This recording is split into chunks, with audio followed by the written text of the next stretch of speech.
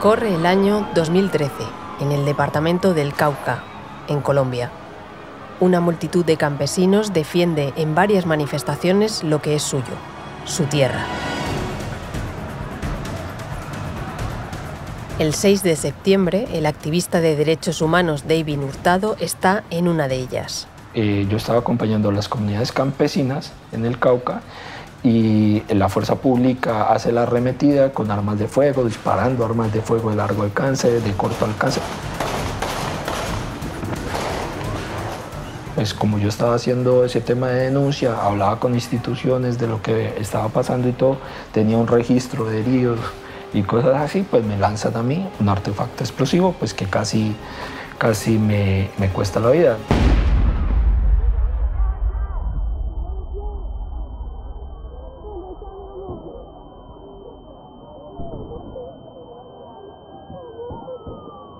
Me generó 3 heridas. La más, digamos, compleja es que me cortó la carótida y tengo aún la esquirla alojada entre la tráquea y la columna. Yo boté sangre en chorros, como en las caricaturas, que se ve un chorro, uno piensa que es de mentira y no, efectivamente, pero es que claro, era la arteria. Salió muchísima sangre.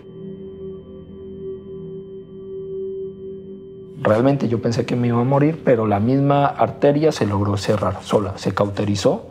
Perdí la irrigación del cerebro del 40%, pero no me desangré. Yo tenía una bandera blanca, tenía el chaleco que me identificaba como defensor de derechos humanos. Las instituciones sabían que yo estaba ahí en ese punto haciendo ese ejercicio y aún así el ataque fue directo. O sea, no hay forma de que digan que fue un error de cálculo, que era porque estaba en medio de la gente, porque fue lo que intenté evitar y me dieron.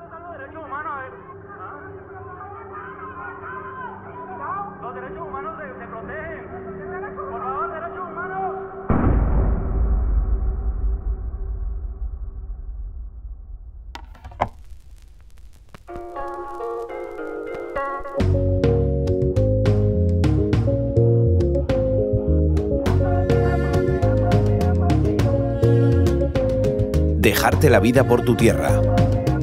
Capítulo 5. Colombia.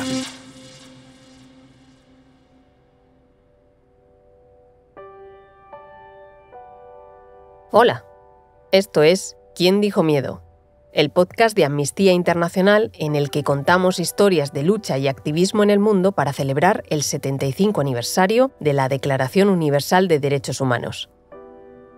Soy Ángela Sepúlveda. Hoy hablamos de alguien que se autodefine de forma muy especial. Por lo general la gente se identifica, yo soy deportista, yo soy abogado, yo soy matemático. Yo me identificaba como defensor, o sea, siempre me preguntan ¿usted qué? Yo soy defensor de derechos humanos y ya sigue mi nombre después. Bueno, pues que siga. Bueno, mi nombre es David Hurtado, yo soy colombiano, nací en el departamento del Cauca, pues donde han ocurrido lastimosamente muchas situaciones de violencia desde siempre. David dejó su país en 2021 para refugiarse en una pequeña ciudad de España que preferimos no decir por seguridad. Nos recibe en su casa, un piso dentro de un edificio rodeado de árboles y con un parque infantil enfrente.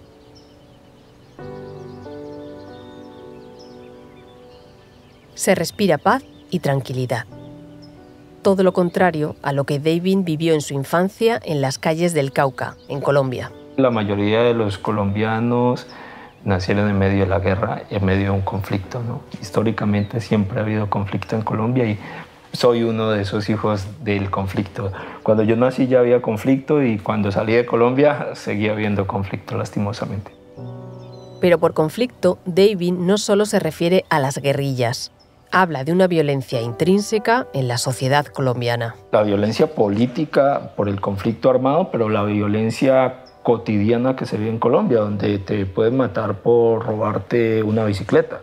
Claro que nosotros, como nacimos en ella y nos criamos en ella, no somos conscientes de que ese no es el deber ser de vida.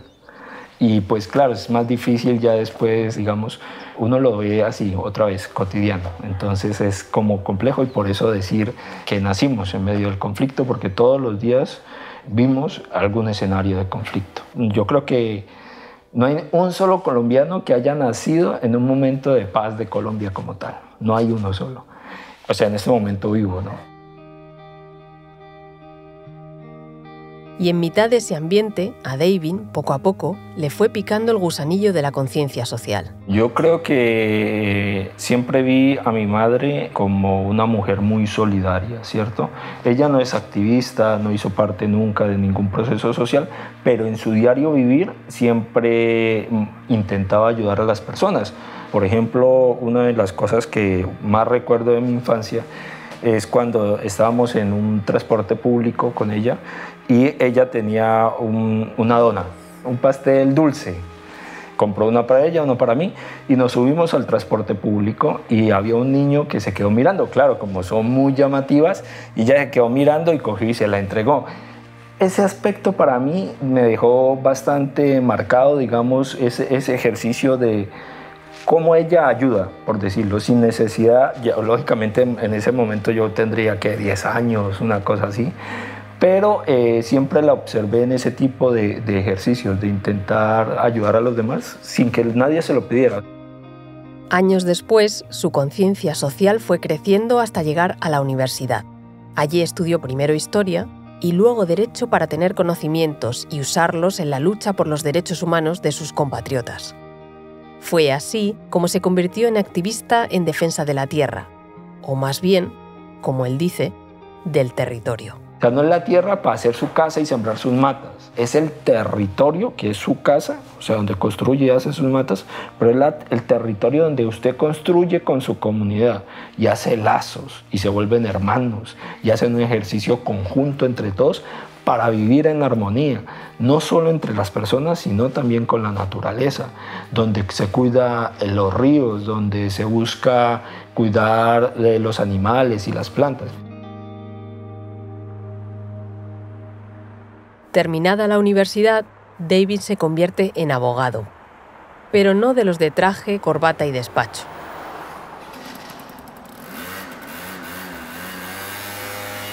Se iba a sitios, digamos, primero de difícil acceso, ¿no? Muchas veces en moto, que era la única forma de llegar, y montaña, en zonas montañosas, donde la comunidad se reunía en un lugar, por lo general la escuela, y ahí se les intentaba explicar con los términos, pues, digamos, más asequibles a las personas, señalándoles primero que tenían derechos y que no eran derechos porque, ay, qué bonito el político que está aquí, el alcalde o así, no, que eran derechos que tenían porque la ley y la Constitución los decía y cosas de ese estilo. Y entre esos derechos, el más importante. Primero, el derecho a la vida, que es el tema fundamental. Nosotros discutíamos mucho de para qué el resto de derechos si sin vida ya difícilmente a usted le servirá una casa y demás derechos, ¿no? Y segundo, seguimos en la discusión de la necesidad de la tierra, ¿no? Una es el tema de los conflictos que generan por la tierra entre indígenas, campesinos y afros en Colombia, que hay muchos conflictos. Entonces se necesita que efectivamente la tierra que hay en Colombia, que hay muchísima, se distribuya como debe ser, ¿cierto? Que las comunidades que les fueron robadas antes de los 90, porque fue la violencia que les quitó esa tierra, se las devuelvan y así puedan seguir en el ejercicio de retornar. Buscar que las comunidades puedan acceder a esa tierra de forma que no haya mayores conflictos y poder seguir haciendo su propio ejercicio de territorialidad, ¿no? Territorialidad. Una palabra que puede sonar algo extraña, pero que ya nos ha explicado antes David. No se trata de defender solo la tierra, sino el territorio. Todo aquello que se genera en un mismo lugar. Los lazos, la comunidad, los alimentos y la propia naturaleza. Decenas y decenas de indígenas llegaron desde diferentes puntos del país, en su gran mayoría de poblaciones del Cauca. Todos ellos van a ser parte de las manifestaciones que se llevarán mañana miércoles en Bogotá. Siempre alzar nuestra voz a favor de nuestros derechos, pero también alzar nuestra voz en contra de todas las desarmonías que están en contra de nuestros pueblos indígenas en el departamento del Cauca. Lo fundamental para nosotros sobrevivir, vivir más que todo, es la tierra, porque sin ello, ¿qué cultivamos, qué comemos? Imagínate, una tierra, eso es sagrado. Tras 70 años de conflicto armado, Colombia tiene más de 8 millones de desplazados. La mayoría de ellos son campesinos que anhelan tener un terreno que puedan trabajar y que sea de su propiedad. Como en todo enfrentamiento, en este también hay bandos. Por un lado, los que resisten, los activistas. Los acabamos de escuchar. Entre ellos, las comunidades indígenas. Por razones históricas y ancestrales, en muchos casos son quienes conocen más esos territorios. José Manuel Cuevas es analista político y editor del portal de información internacional El Orden Mundial. Son quienes conocen más la naturaleza en los lugares en los que habitan y tienen una relación más profunda, por decirlo así, con el entorno y con el medio ambiente, pues son los primeros que lo conocen y por lo tanto los primeros que están en capacidad de protegerlos. Y más allá de los indígenas, también existen otras comunidades que sufren esa presión y que tienen una profunda conexión con el territorio. También población campesina, en el caso del Chocó hay mucha población afrodescendiente, ¿no?, que es absolutamente afectada por el modelo. Melissa Moreano es ecóloga, geógrafa y profesora en la Universidad Andina Simón Bolívar de Ecuador. Y ya al interno, digamos, de las poblaciones, las mujeres y los niños son profundamente afectados. Hay muchísima violencia sexual que se instala con estos proyectos. Y en el otro lado, frente a los que sufren y resisten, encontramos a los que atacan. Hay empresas que buscan explotar recursos de manera legal, pero en muchos casos esa explotación atenta contra los territorios, atenta contra comunidades que por los cambios en el ecosistema en muchos casos se ven también desplazadas. Y al mismo tiempo, los políticos o la clase política a nivel local, en su búsqueda de apoyos y para mantener el poder, en muchos casos se alía o con estas empresas o también ha habido casos en su día con los paramilitares que eran contratados por grandes empresas extranjeras, por petroleras, por ejemplo, para defenderse, por un lado, de posibles atentados de las guerrillas, pero también para consolidar ese control y explotación de los recursos.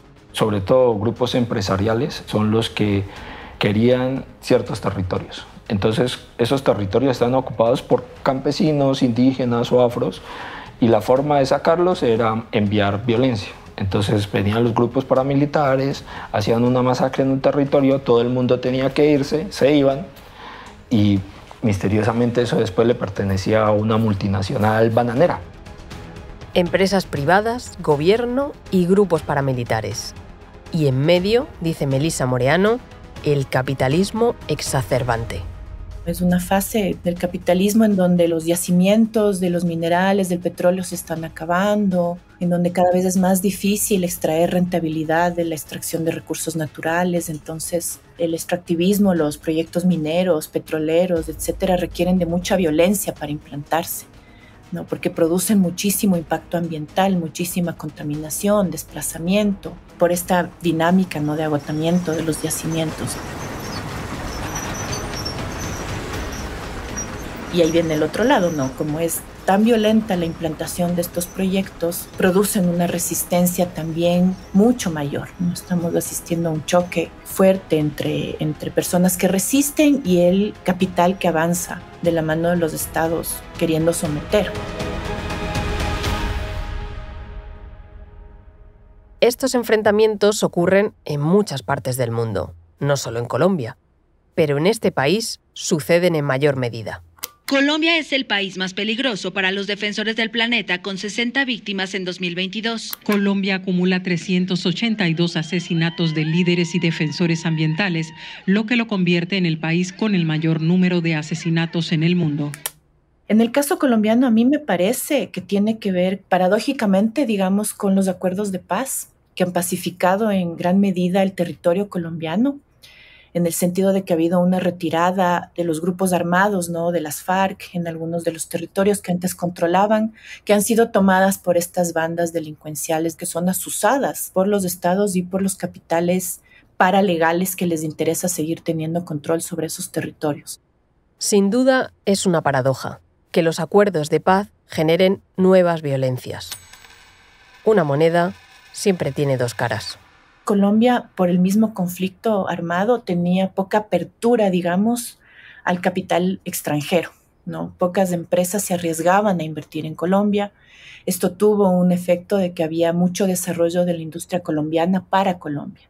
Con los acuerdos de paz, paradójicamente, el país se ha abierto a la inversión extranjera. Y esa inversión ha generado una mayor competencia por controlar el territorio. Nuevas empresas foráneas que también quieren esos recursos naturales. Y además, nuevos intereses de las propias compañías colombianas en mercados transnacionales. Como responsable de esta escasez de recursos, Melissa vuelve a apuntar al capitalismo exacerbado. Este modelo de acumulación sin fin, digamos, ¿no? Y de creciente inequidad, obviamente que en un momento dado, no desde siempre, solamente se puede implantar mediante la fuerza. Una parte puede implantarse mediante el convencimiento y la seducción, ¿no es cierto? El clásico sueño americano, digamos, pero la mayor parte del sistema se tiene que implementar mediante la fuerza porque es muy injusto, ¿no? El conflicto en torno al medio ambiente y a la tierra es solo uno más a los que se enfrenta Colombia. La guerrilla, el narcotráfico o la reconstrucción de la paz son quizá más conocidos. Uno de los principales problemas del país es el tema de la paz o el tema del posconflicto, porque en Colombia la violencia no hace sino reciclarse a través de nuevos grupos armados. Entonces, si antes buena parte del territorio en disputa o en conflicto lo controlaba las FARC, su ausencia llevó en vez de una ocupación del Estado, una ocupación del ejército y las instituciones del Estado, a una ocupación por distintos grupos armados. Entonces, el Estado, a través del ejército y las Fuerzas Armadas, pues, tiene el reto de consolidar ese dominio territorial, porque en Colombia es un país donde hay más territorio que Estado, por un lado. Es ahí también, en esa disputa, en la ocupación del territorio, donde asoma el interés por el conflicto alrededor del medio ambiente y la defensa de la tierra. Cada vez más, el tema más preocupante dentro de este gran tema es los asesinatos de defensores del medio ambiente, porque estamos hablando directamente de personas, de decenas de personas a las que están matando por tratar de proteger el medio ambiente y que no cuentan con la protección de vida del Estado en muchos casos. Pero al mismo tiempo se ha ido articulando una preocupación por el tema medioambiental en sí mismo, porque se ha visto cómo afecta al propio país y más allá, partiendo de las propias comunidades. Después de este análisis del conflicto, volvamos a la historia de David. Me generó 3 heridas. La más, digamos, compleja es que me cortó la carótida.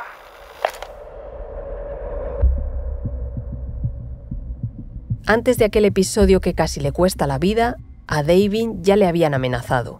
Sin embargo, después de aquello, el nivel de intimidación fue creciendo. Pues ahí logré sobrevivir después de muchas cirugías y pasó ahí. Después de eso comenzaron ahora sí unas amenazas ya más directas, ¿cierto? Donde efectivamente decían, después del 2013 comenzaron ya a decirme que te vamos a matar, que bla, cosas de ese estilo. Me asignaron un hombre de protección, un escolta en Colombia, y pues él me acompañaba a hacer recorridos y a algunos lugares donde podía ir con él. Poco a poco, las amenazas fueron cada vez más frecuentes, incluso con su familia delante. Yo llevaba a mis hijas al jardín, a la escuela, y estábamos saliendo de la casa cuando vemos un sujeto que ya habíamos visto antes en 2 ocasiones en una moto. Eran 2 sujetos, pero esta vez vimos solo a uno con la moto parado justo afuera de la casa. Y entonces el escolta lo ve muy sospechoso y hace visible que él está armado. Y yo estaba detrás de él y mis hijas estaban detrás mío. Y llega esta persona y saca un revólver. También hace visible que tiene un revólver. Entonces, claro, nosotros comenzamos, devolvámonos, vamos para adentro y nos devolvimos, esperamos un rato, se avisó a la policía, nunca llegó. Y la persona al final se fue.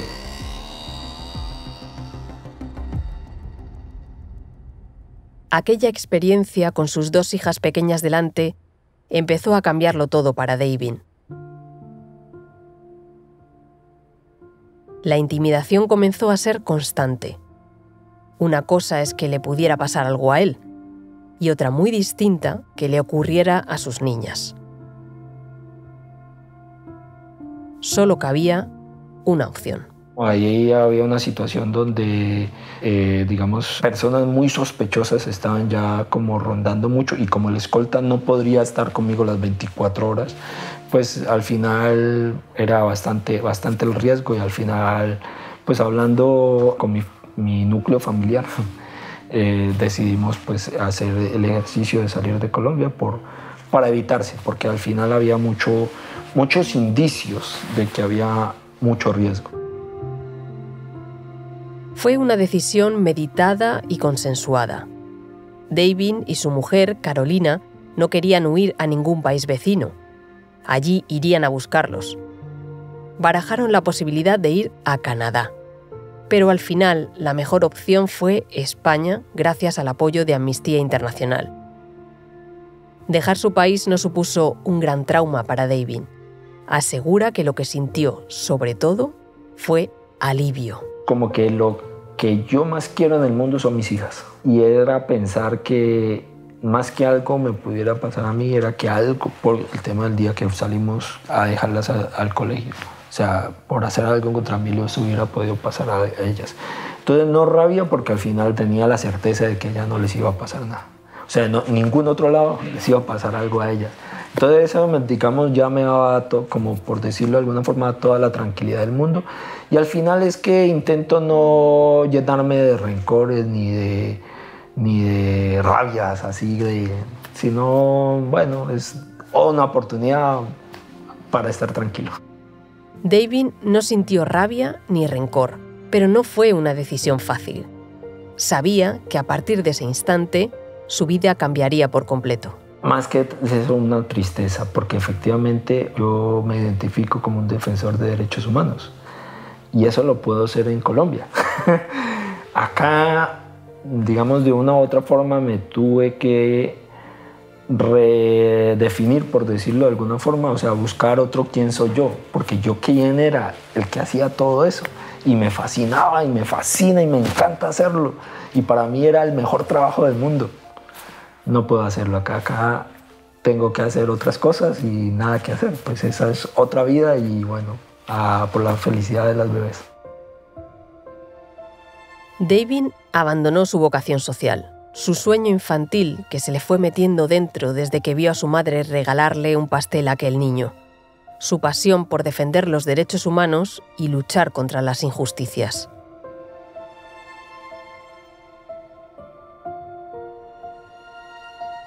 Hoy trabaja en una empresa de ventanas como carretillero y lo dice orgulloso, porque sus prioridades en forma de gemelas han cambiado.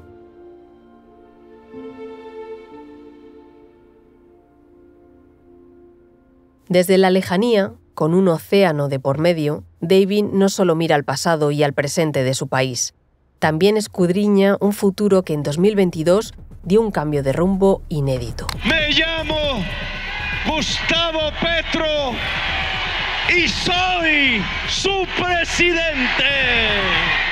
La izquierda llega al poder por primera vez en Colombia. El 7 de agosto, Petro sucederá en el cargo al actual mandatario, el derechista Iván Duque. Miles de personas han salido a las calles de ciudades y pueblos para celebrar la elección como presidente de Gustavo Petro, una elección histórica que aupa por primera vez al poder a la izquierda, reflejando las ansias de cambio de los colombianos. Bueno, Gustavo Petro llegó a la presidencia con un discurso de cambio histórico, resolver desigualdades históricas, resolver carencias del Estado a lo largo del territorio. Y para eso llevó a cabo una coalición con distintos partidos y también dentro de la propia izquierda para conseguir un gobierno de consenso que pudiera pasar sus reformas más profundas a través en el Congreso. Un año después, sin embargo, la gran mayoría de estas reformas no han podido pasar: reforma a la salud, reforma laboral, reforma fiscal, y como resultado Petro ha dado un timonazo dentro de su gabinete, poniendo ministros más afines con su línea política, lo cual le frena la posibilidad de pasar estas reformas en el Congreso de la República. Y a nivel social pues se ha ido encontrando cada vez más con oposición política, oposición mediática, oposición en las calles. Esto ha provocado una polarización de la sociedad. La grieta entre élites y clases bajas es cada vez más profunda. Sin embargo, para Davin, contar como presidente con un exguerrillero cercano a las clases populares puede significar un gran cambio.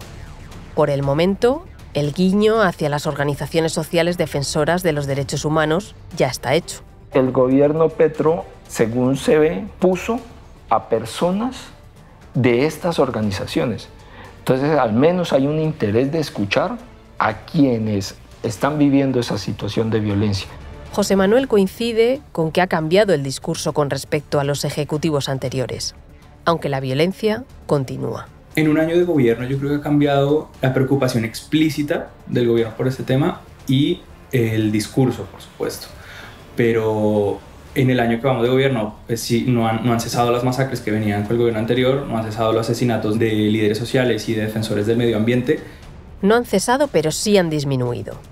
Según el Instituto de Estudios para el Desarrollo y la Paz, en los primeros 9 meses de 2023 fueron asesinados 123 líderes sociales y defensores de derechos humanos en Colombia. En el mismo periodo de 2022, la cifra era de 145, una pequeña reducción del 15%.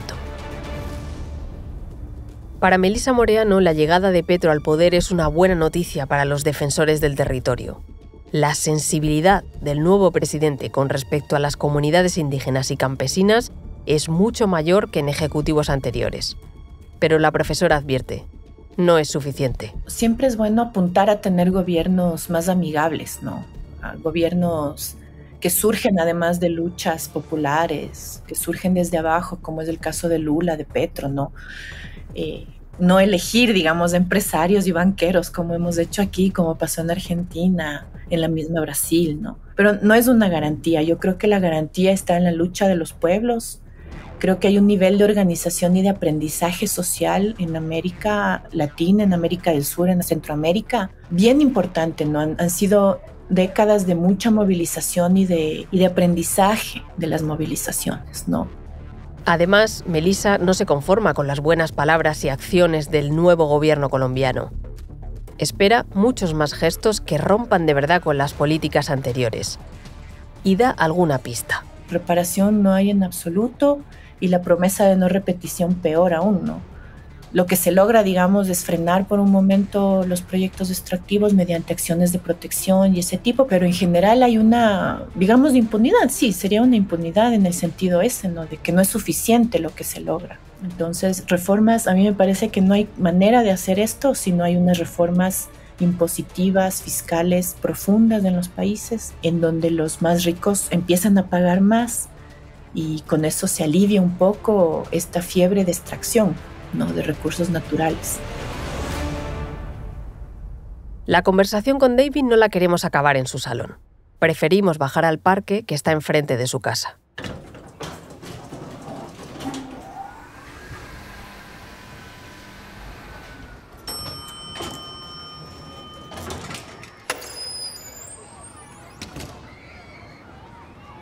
Rodeado de árboles y al lado de un parque infantil lleno de columpios donde juegan los niños, David reflexiona. Uno de los choques que más tuve cuando llegué a España del tema de la tranquilidad es ver cómo tú puedes salir con el celular en la mano, ¿no? En Colombia es impensable, es un riesgo salir con el celular porque te lo quitan y bueno, eso es lo menos que pasa. Y acá pues digamos esa tranquilidad es... decía un compañero colombiano, es que acá ni los perros pelean, como una forma de decir acá no pasa mayor situación, que es el del deber ser de la vida, ¿no? Pese a esa tranquilidad, una espina se clava en el corazón de David. A mí me hace falta poder estar en el territorio, seguir hablando, si bien hablo con ellos, pero no es lo mismo a través de un aparato que estar ahí en el territorio con ellos y ver lo que está pasando, lo que están haciendo, estar en esas reuniones y compartir con la gente, pues me hace un poco falta eso. Pero hay algo más. Es feo estar tranquilo sabiendo que hay personas allá cercanas, sobre todo que están en riesgo o que han muerto, ¿no? O sea, en lo que yo estoy aquí han muerto varios conocidos. Y uno dice, ¿cómo así? Entonces es de alguna forma es no sentir como que no se merece esa tranquilidad porque pues estaba con ellos, debería estar, digamos, en ese ejercicio, pero bueno, es que no puedo tampoco arriesgar la vida de mis hijas.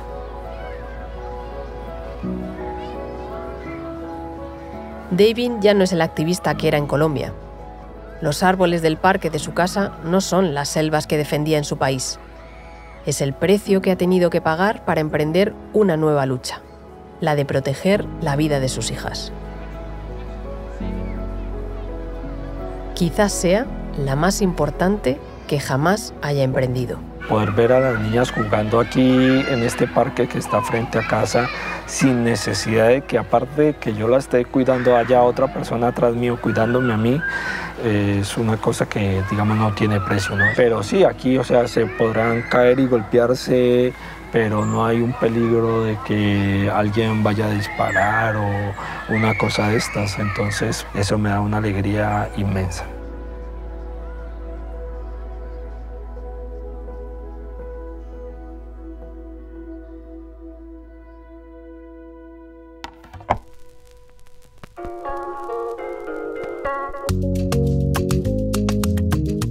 ¿Quién dijo miedo? Es un podcast original de Amnistía Internacional.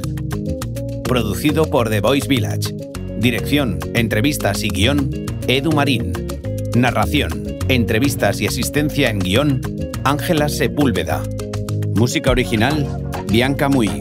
Sonido, Pablo de Diego. Producción ejecutiva, Ricardo Villa. Responsable de producción en Amnistía Internacional, Neida Romero y Ángel Gonzalo. ¿Quién dijo miedo? Un podcast de Amnistía Internacional.